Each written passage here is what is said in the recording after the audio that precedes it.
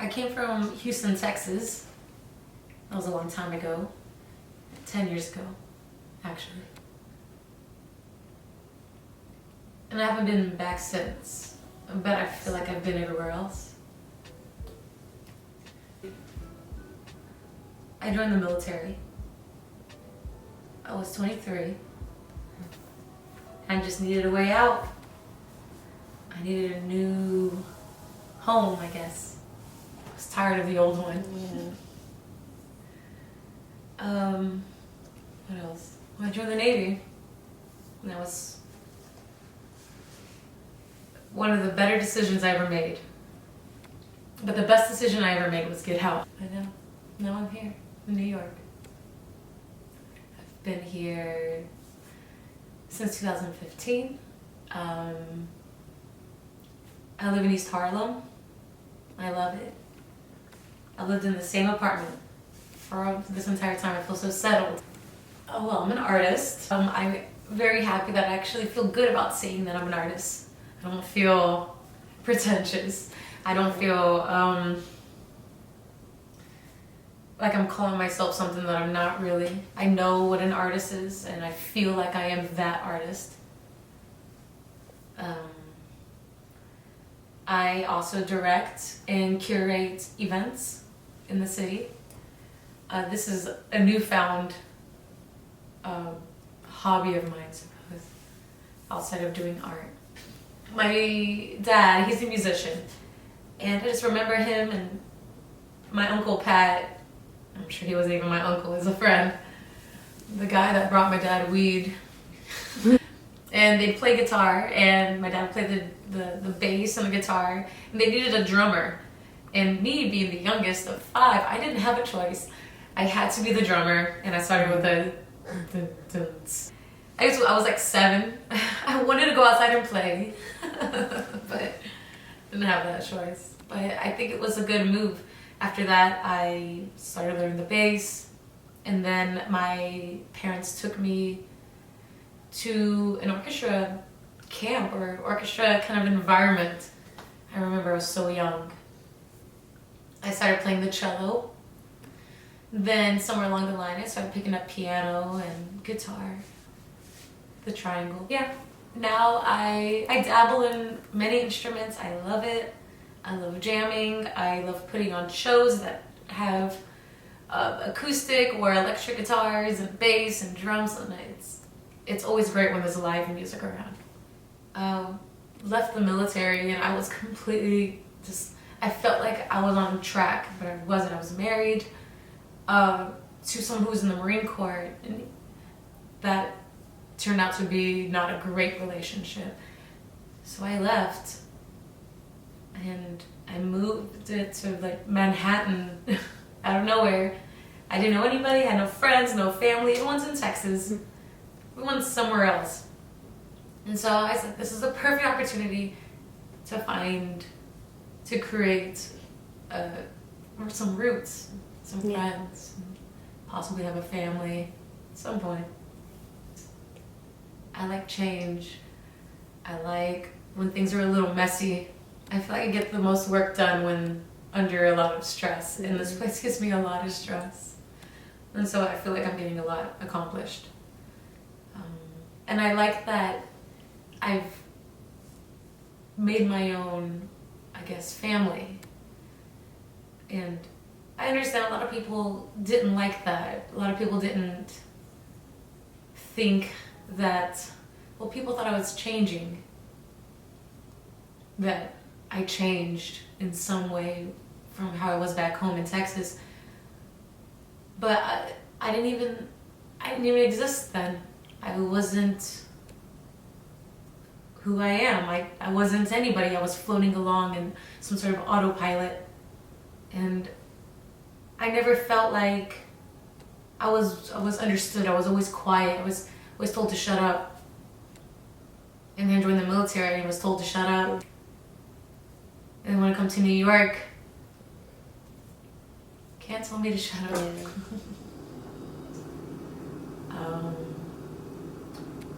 I like that people here, that they come from I've met wonderful people that are from New York, born and raised, and wonderful people that are transplants, people who come here, including myself.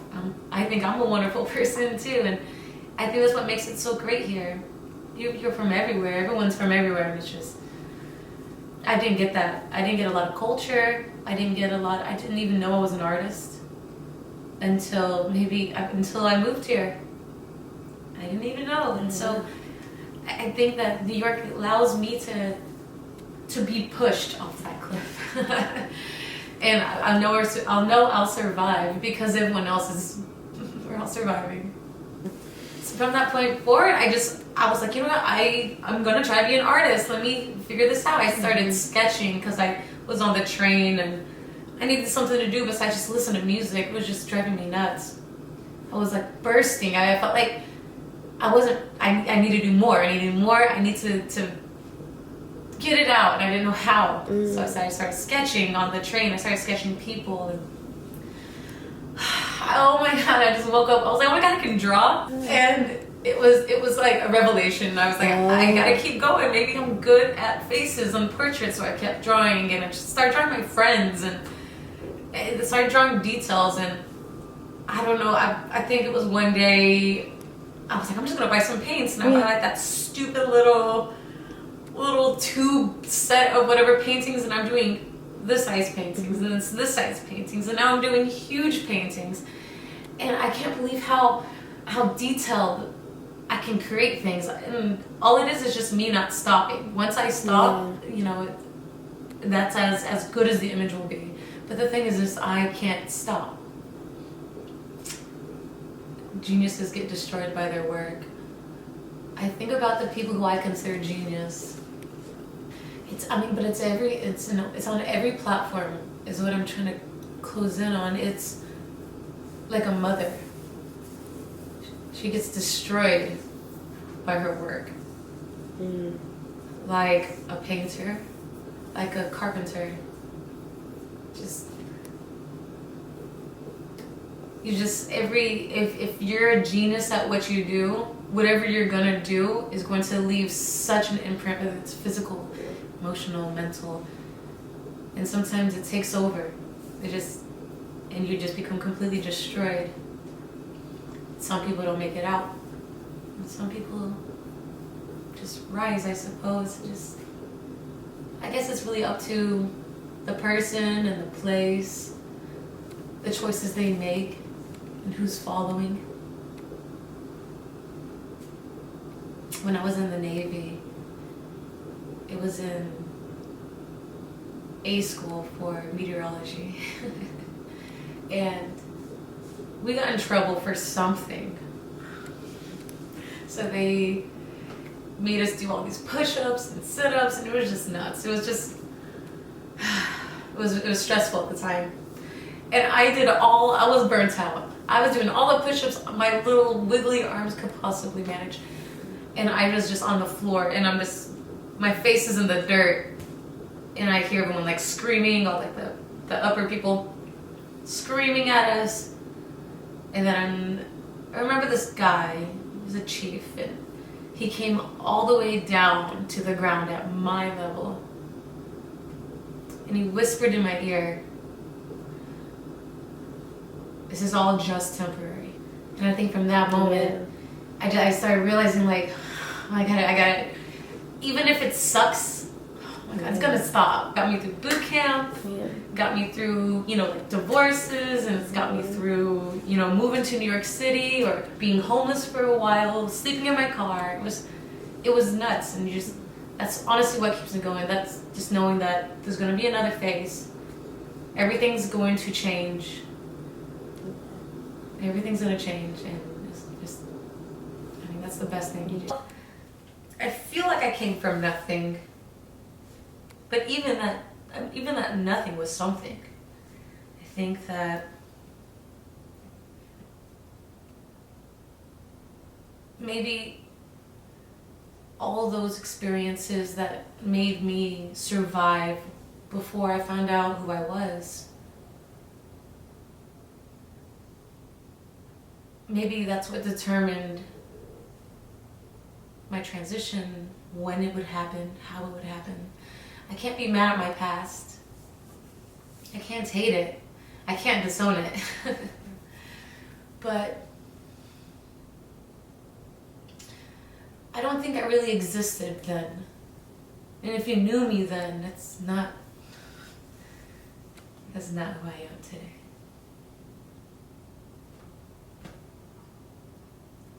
And that's a good thing. Like, I remember 10 years ago, just, God, my life has changed dramatically. Such a huge slope. And that's why, I don't know, that's why even though I have a lot of friends like in their early 20s, and I see so much like desire in them, like, oh, I want this and I want that. I'm like, you don't know what you want. just wait, because this world it's going to change, and you're going to be changing with it. And God, I didn't even know. God, I remember when I was thinking about this the other day, like FaceTiming. Like, I can actually look at somebody. Like, I never even thought even a thing. But that was one of the reasons why I kept waiting out to have children, because I didn't feel like I was smart enough, and I didn't want to make the same mistakes.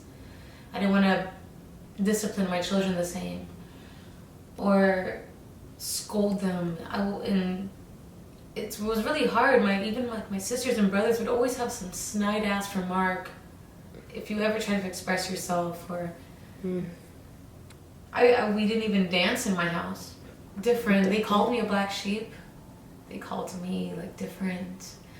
My sisters and brothers would say that I was adopted.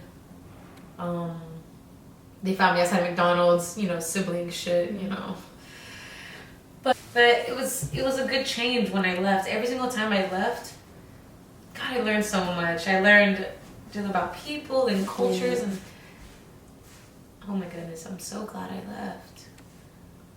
A lot of people didn't like it. I'm happy. I get to say things like I'm completely in love with myself and not feel like I'm lying to anybody, not even myself. Oh God, it feels so good.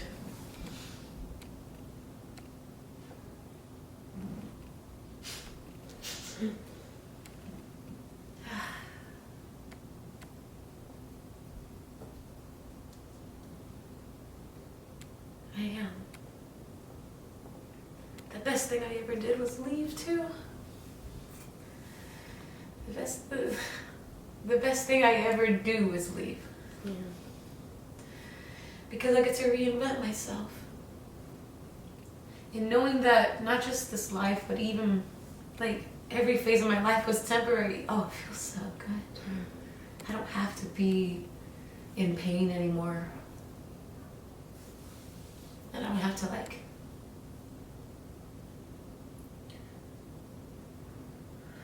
depend on anybody.